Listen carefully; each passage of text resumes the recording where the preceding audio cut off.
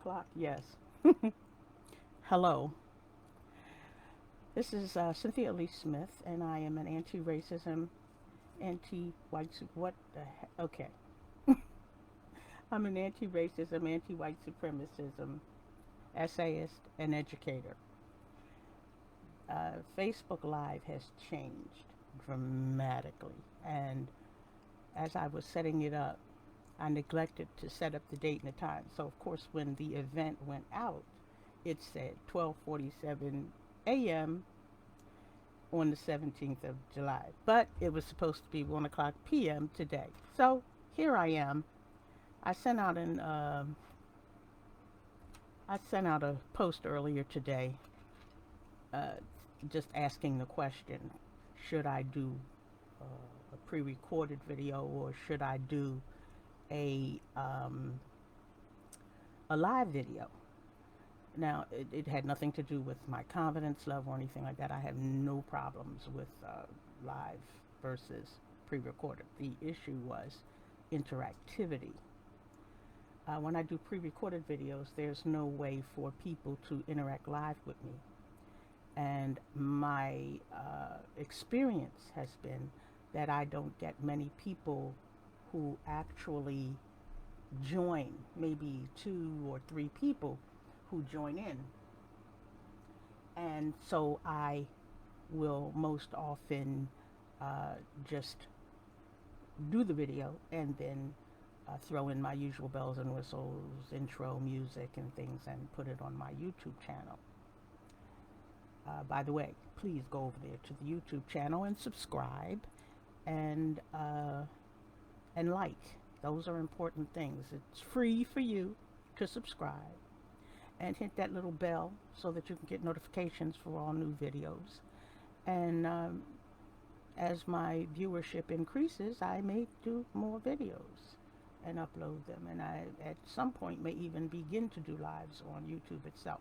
Anyway, as I was saying, that the post that I made was more about interactivity than anything else.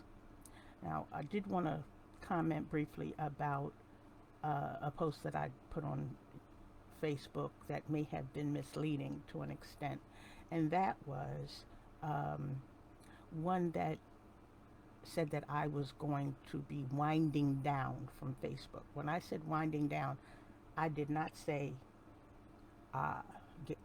getting rid of or not using Facebook at all. And it didn't have anything necessarily to do with what is that term, self-healing or anything like that, self-care, anything like that. It just was because of the fact that there is not a whole lot of interaction.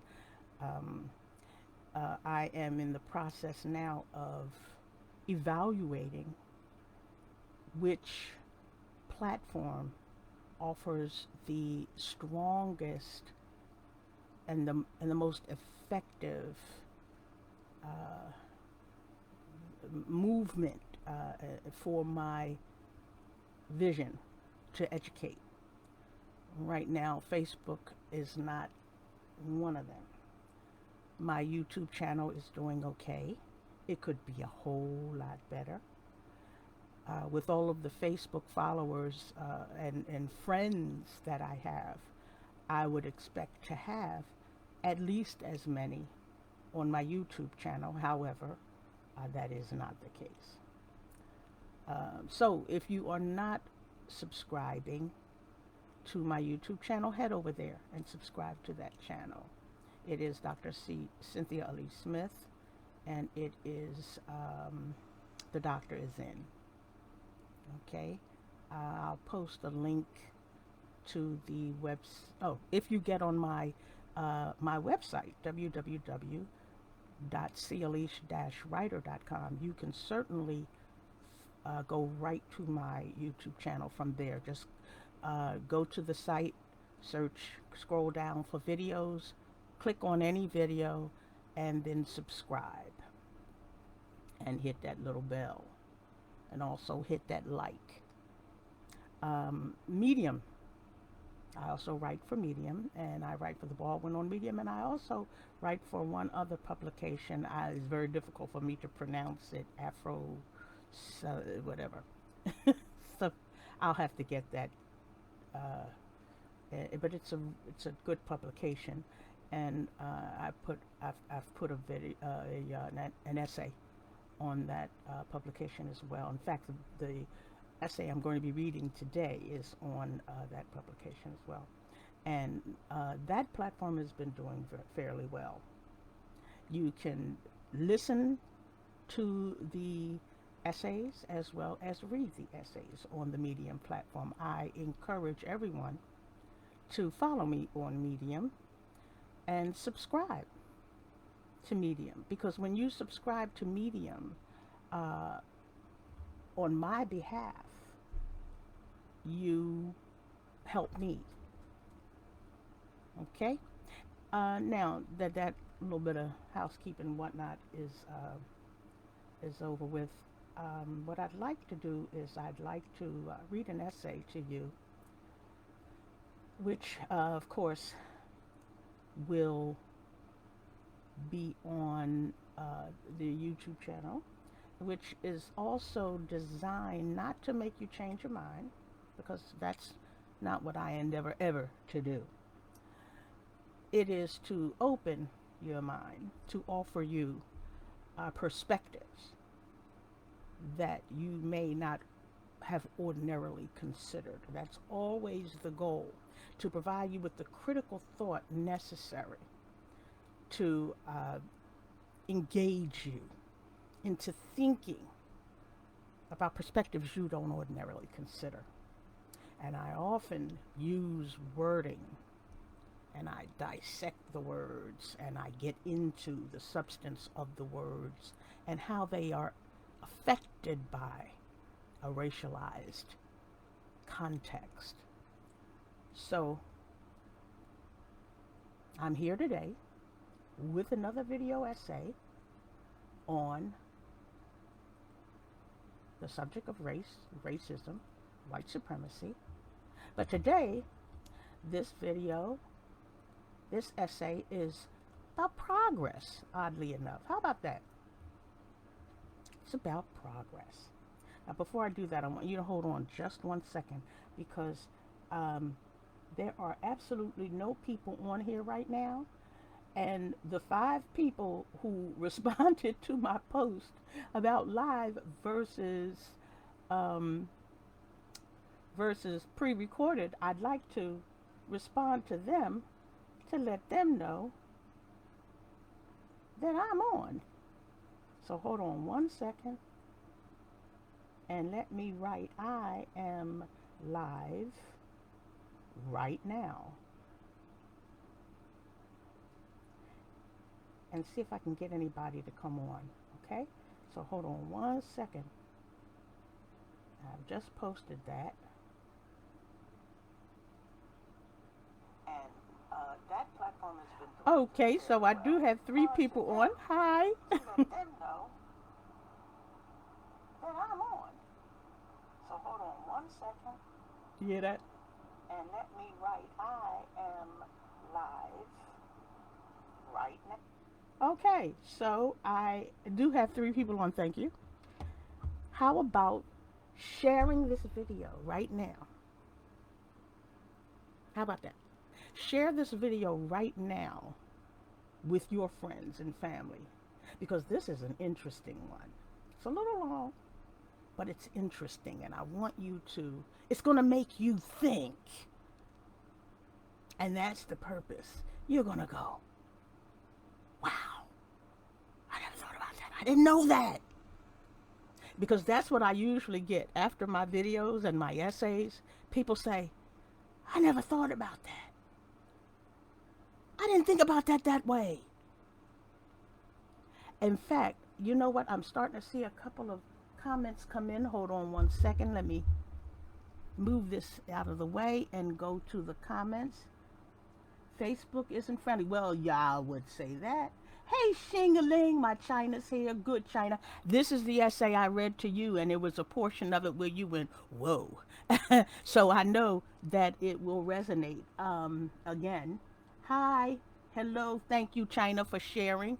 Tell Mimi to share, tell her to get on and share this video, because I'm going to tell you something. It's very, and I said this to my granddaughter today when she called, Mrs. Allison, Mrs. Amina Allison. Congratulations. Imagine a world. Imagine a world where before you can go to a particular state, depending on that state's laws and policies on reproductive rights. Imagine a world where you can only leave that state if you can prove you were not pregnant. Now, some of you may be saying, now I do want to point out, this is outside of what I would be discussing in this essay, okay? It relates only to the extent that it would be considered progress to some, okay? Anyway, imagine that type of world. You can't, huh? Well, guess what? There are people who are putting laws in place where this would be the reality. Consider, if they can set up laws that say you can't leave the state for an abortion, how else would they even find out or know? How else would they know why you were leaving to go to another state? Say, for example, you're leaving Florida to go to Pennsylvania. Now, let's say Pennsylvania is still a state where reproductive health and abortions are still legal. And of course, Florida isn't. How can you leave that state? Say, how can you leave that state without some authority ensuring that you're not leaving that state for an abortion?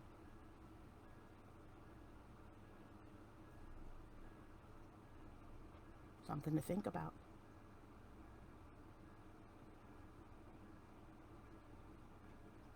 Something to think about. And this affects a lot of people. Now, my focus is always on anti-racism and anti-white supremacism. What's important to understand here is that back during slavery times, black people could not leave the state that they lived in. So my ancestors could not leave the state that they lived in unless they were sold. They couldn't leave on their own. They, of course, because they were enslaved, they were in bondage, so they couldn't leave. And here we are in 2022. Okay? So in 1822, black people couldn't do that. And here we are in 2022 where women are now being potentially placed in that position. However, in this case, they would have to provide proof of non-pregnancy. Imagine that. So anyway, that's just something for you to think about.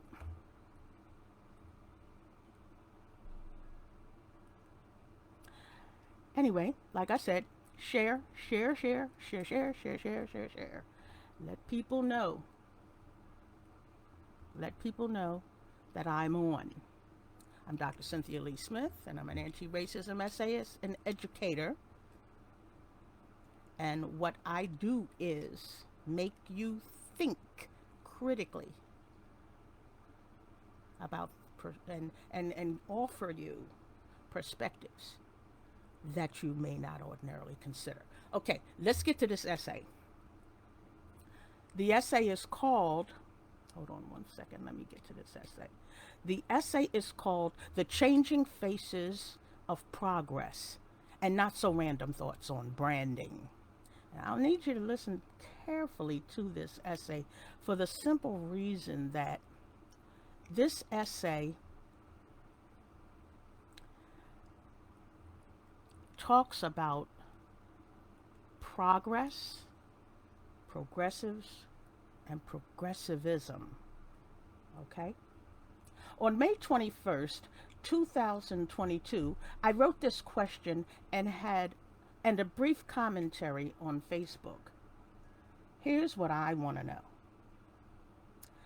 When did progressive become a dirty word?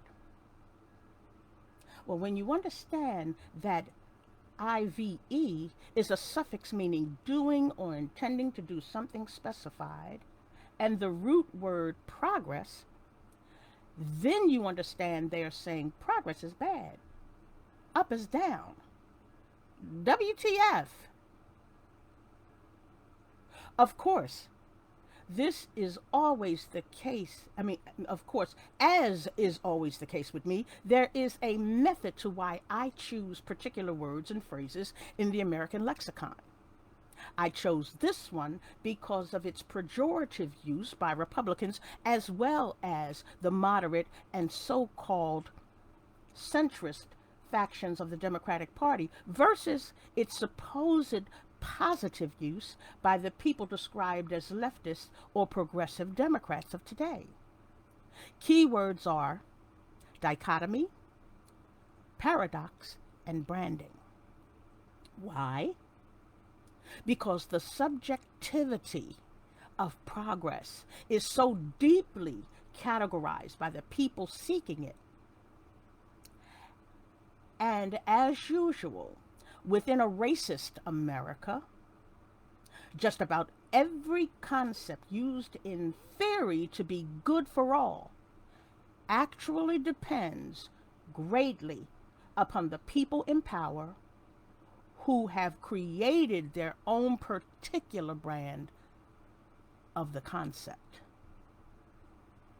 Think about that. Think about that. Because the subjectivity of progress is so deeply categorized by the people seeking it. And as usual, within a racist America, just about every concept used in theory to be good for all actually depends greatly upon the people in power who have created their own particular brand of the concept. Now, I was looking for comments to explain its meanings in political discourse and received just a few varying opinions. Most were related to this generally positive tilt on the terms. My initial thought was, why wouldn't it? Since the words progressive and progressivism both share the root word progress, one would think what they evoke in terms of connotation would mean something well-intentioned, forward-thinking, with a nod to the future. It was certainly what I grew up on and learned as a necessary component to upward mobility and growth as an adult, measured as part of an overall ideology of meritocracy. Right? Steady achievement was what? Steady achievement was progress. However, one comment discussed the term as it was espoused in early American politics, which caused me to investigate further. Because I really didn't know this. And I consider myself a bit of a historian. I am not a scholarly historian like, say, for example, my esteemed colleague, Dr. Dawn and Dawn Dennis. Love you, Dr. Dawn. Um, so I didn't really know that this word was the way that it was. It depended on certain things. So, indeed, steady achievement has been the mainstay of progress and its movement across this country. However, the term progress, like most words in a racialized America, have at least two connotations which can be applied for any given purpose. And progress, or being progressive, indeed progressivism, was an America First keyword. It was an America First keyword with the most egregious connotations for black Americans in the early 20th century.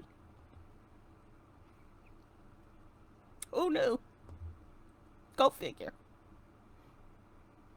In the book, The Progressive Era and Race, Reaction and Reform, 1900 through 1917, by David W. Southern, he discussed the period of the Nader and the South. And before I continue on, let me just explain the Nader. The Nader was a period in our history, in American history, that's considered the worst of the worst period of time for American black people. Was called the Nader of African American. I'll have to get that for you, the exact thing that it's called. But just know that the word Nader, used in conjunction with black people, meant real bad times. Okay? Just really, really bad times. So, anyway, white progressive. Let me get back to what David W. Southern, I mean, not doctor, I keep saying doctor, I mean David W. Southern wrote. I'm not sure whether he's a doctor or not. White progressives followed the lead of racist demagogues such as Pitchfork Ben Tillman and James Vardaman. I'm not sure who they were. I'm certain if you research these names, Pitchfork Ben Tillman, good Lord, the devil's spawn, and James Vardaman, I'm sure if you research those names, you'll find that they were raging white supremacists. Okay? By consolidating the Jim Crow system of legal segregation and the disenfranchisement of blacks, resulting in the emergence of the one-party Democratic South. Think about that. One-party Democratic South. Of course, during that time, it was the Democrats who were considered the conservatives, the racists, the white supremacists. But in this era, in this century, it is now the Republicans, and we all know why that happened. It was the part of the Southern strategy to move the disaffected Democrat, racist, white supremacists into the Republican Party, which is what ended up happening and which has come full circle. And now, without further ado, anybody with a brain cell knows that these are now the people, the descendants of those who were the one-party Republicans. So, when legal discrimination did not sufficiently subordinate blacks, Southern whites resorted liberally. Now he says they resorted liberally, not they didn't do it sometime or every once in a while. This was liberally, like you wipe lotion liberally on your skin. That means you putting a whole lot of it on your skin. Okay? They liberally resorted to fraud, intimidation, and violence most notably in ghastly lynchings and urban race riots. And I want to point out again, I have done this in a lot of my essays. I pointed out that the entire concept of race riot was not as it was twisted and flipped to be during the 60s, where black people uprising were called race riots. Race riots were actually white mobs, white bands, white posses, white groups of crazed people, groups of crazed white people going into black communities, thriving black communities, and tearing them down and killing the people and running them off and stealing the homes and the land. They were white race riots. Race riots were white people against black people. Now, why these progressives in the South were perfecting institutional systemic racism, Mr. Southern went on to write, this is going to make you think. Blacks, most northern progressives were either indifferent to the fate of Southern blacks or actively supported the social system in the South. So make no mistake, when you hear people say to you, excuse me for all this movement, when you hear people say to you, well, the North was no better, they're right. They're right. The North was no better. No better. Okay? They were indifferent or actively supported it. Yankee reformers obsessed over the concept of race and became ensnared in a web of scientific racism. See, this is when you began to see the eugenics movement that continued and convinced them that blacks belong to an inferior brand of human beings. See, what they did was the North, the intellectual North, decided to give it some scientific validation.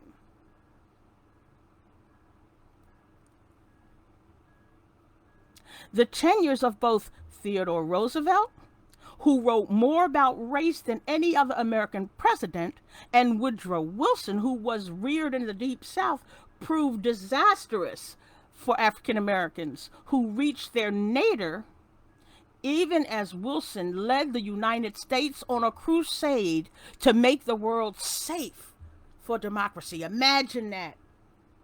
Imagine that. Imagine this president of the United States on a crusade. We're going to make the world safe for democracy to flourish, because democracy is key to everyone's salvation. Democratic society, a democratic society. And all the same time, they were unleashing holy hell on black people. So the progressive era, which spanned the 1890s through the 1920s, can be considered the absolute worst period for black people since Reconstruction was overthrown. In fact, Woodrow Wilson, arguably one of the worst presidents for black people in America, was considered a staunch progressivist. Even Theodore Roosevelt, also a progressivist, believed black people as a race, and at that point in history were in their, quote, adolescence, and opposed any rights for voting for black men. Having discovered the period when progress and progressivism was a dirty word, at least for black people in the late 19th and early 20th centuries, I realized had I lived during that period, I would definitely think the term progress was an unpleasant concept, to say the least. You think? Since so many things done in its name was to the utter detriment of black life. So how could I have grown up to believe the opposite? Now, I understand progress for some is glaringly different than progress for others. One might even think of it as a type or brand of progress or progressivism, which is appealing to people depending on their political persuasions. Right? Nevertheless, that's not the focus or context of this essay. It's obvious what progress and progressivism meant back then. Based on what progress represented for black people during that period, it does beg the question, at least for me, when has progress in this country really... Oh, no. Let me backtrack. What has progress in this country really achieved for black people in America? Or have black people in America achieved what we have in spite of progress? I mean, especially if we consider what the goals of progress were endeavoring to achieve in terms of segregation, discrimination, disenfranchisement, and violent state-sponsored terror. Progress was a barrier unto itself for black people. And in order to progress, we had to undo progress. Think about that. As progress was being espoused in the late 19th and early to mid 20th century, progress was killing us.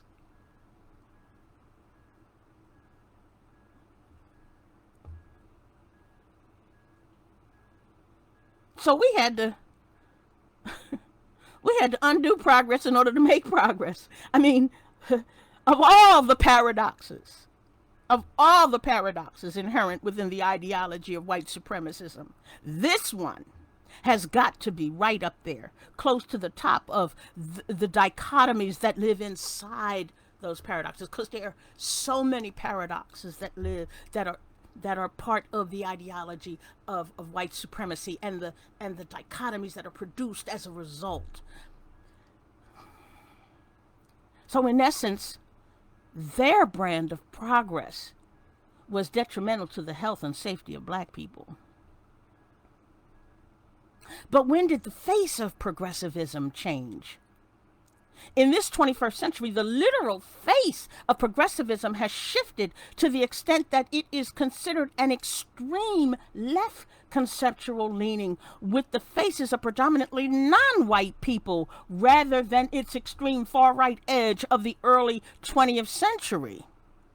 Was it during the civil rights era of the middle of the 20th century?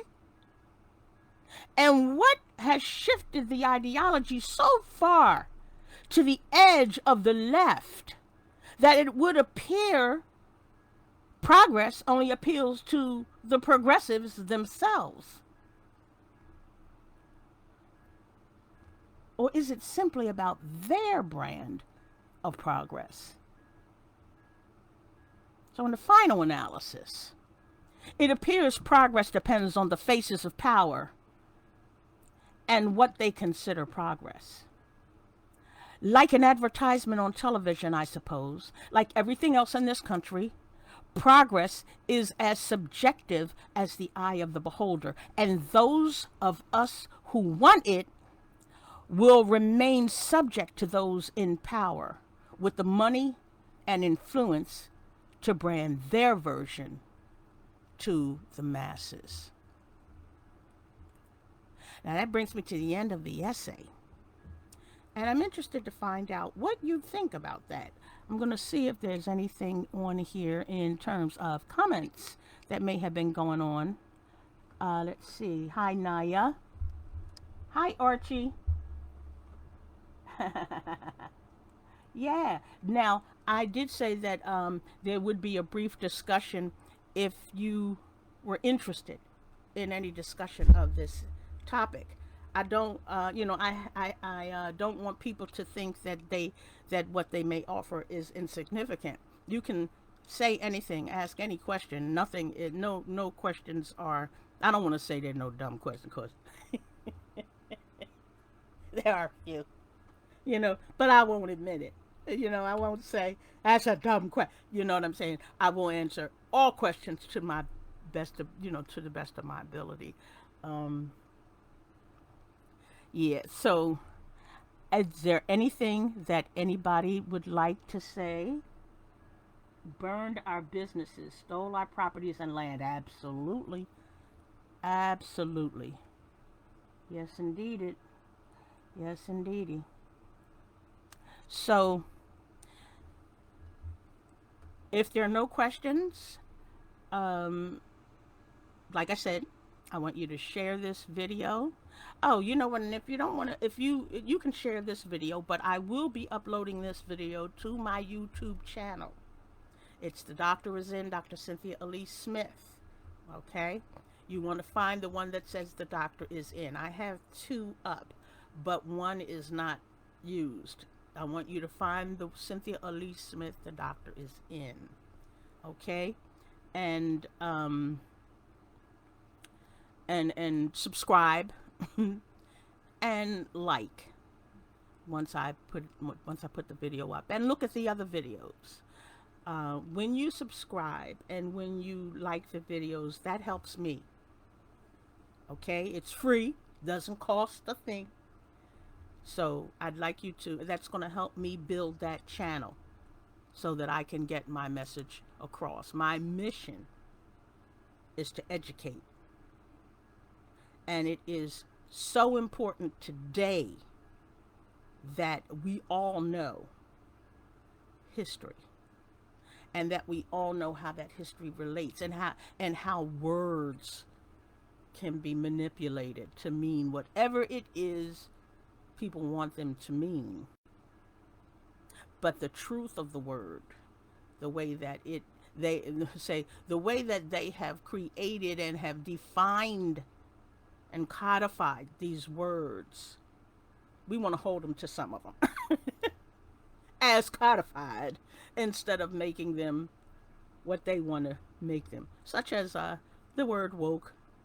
When you're awake, you're awake, and that just means you're not asleep, period.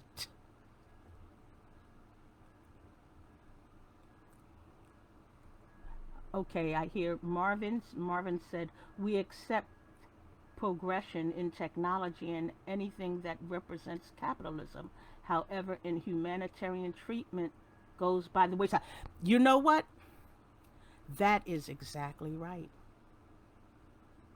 That's exactly right. And the reason for that is because the system of capitalism demands that there be scarcity, and that there be corruption, and that there be no consideration for humanity.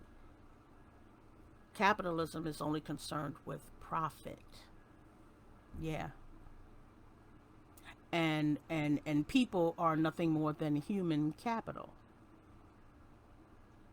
Yeah, they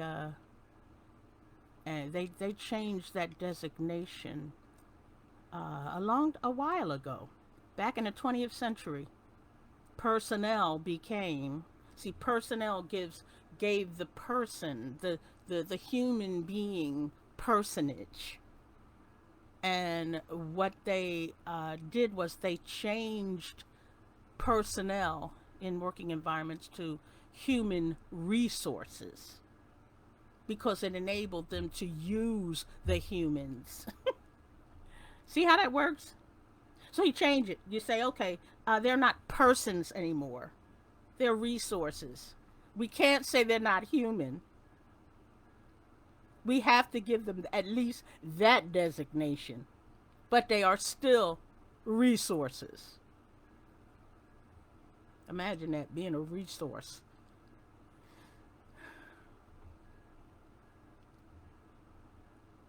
I just thought about something too. If they ever did go back to slavery, and of course this is not funny, but if they ever did go back to slavery, uh, I wonder whether they would call the enslaved human resources. It could happen. It would mean the same thing.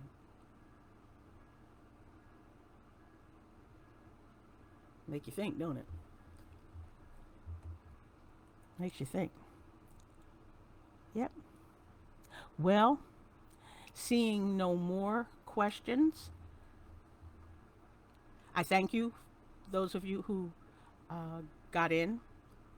You can share this video, but do know that I will be uploading a much more comprehensive one onto YouTube. That's the one where I put my intro and information, little bells and whistles and whatnot on there, because it, you know, I just like to do that.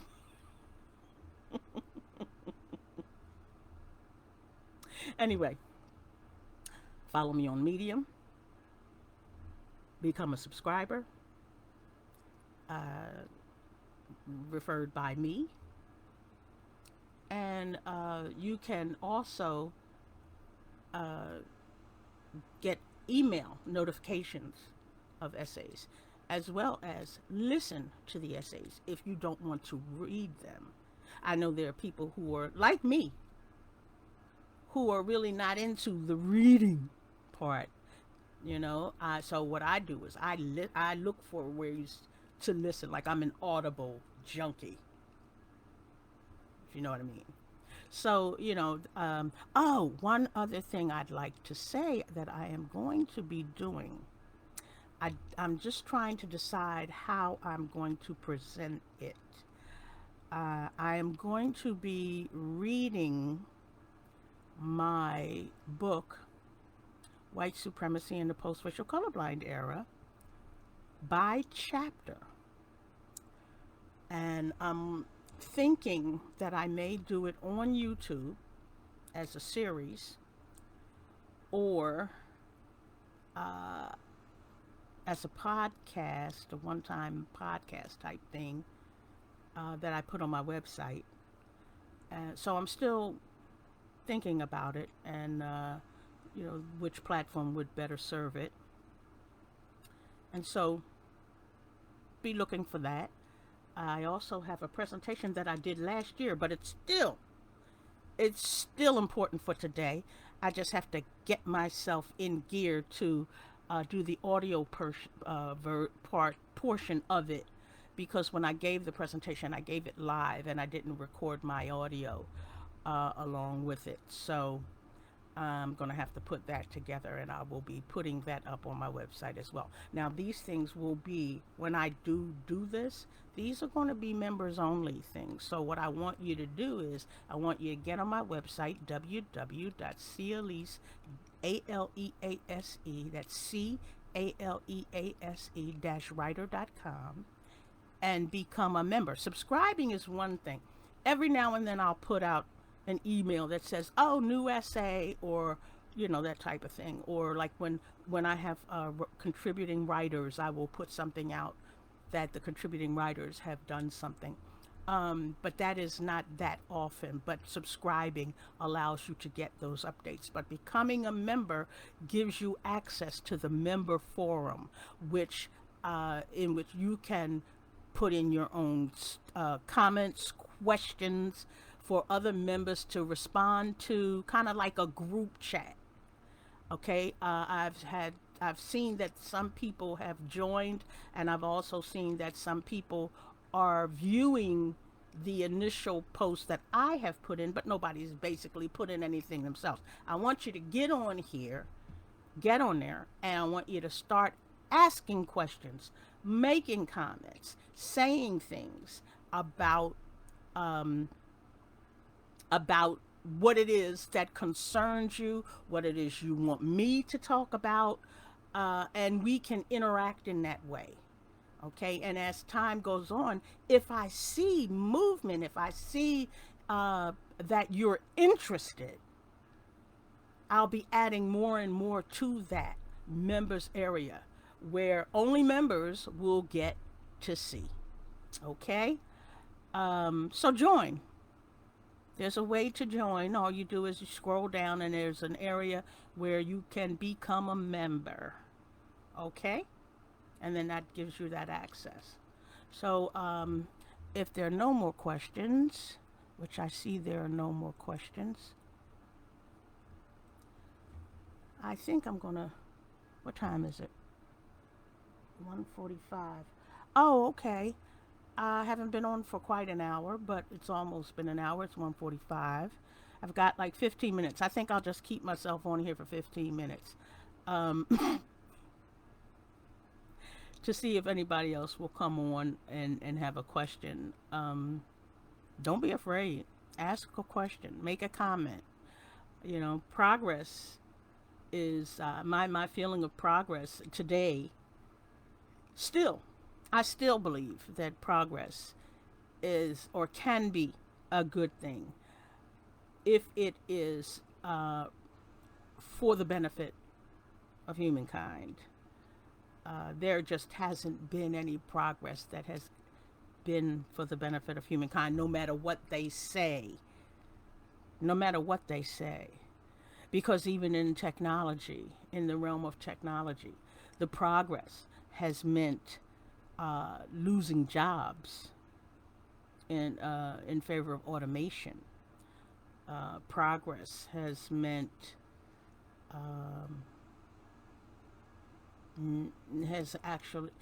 progress has meant more pollution. The crisis we face with our planet has to do with progress that's been made. And you could say that there was progress made when, say, for example, the air was made cleaner, especially in California, because California was smog central back in the day. People in say, at least 2 generations don't even know how California was and how poor the air was in California. But progress has, then that was progress. But they're in trying to remove all of the things that created that progress. Just crazy. But anyway, I know I said I was going to stay on here for 15 minutes, but frankly, I have absolutely nothing to talk about other than my essay. To get, to I'm not sure what else to talk about. And I'm not getting any questions. I'm not getting any comments. I'm not even sure if anybody else is still on here. So, I know I said I was going to stay until till 2, but I do have other things to do. So, I will be saying farewell. Thank you for joining, and I will end this saying I will be back with another video essay to make you think. Bye-bye.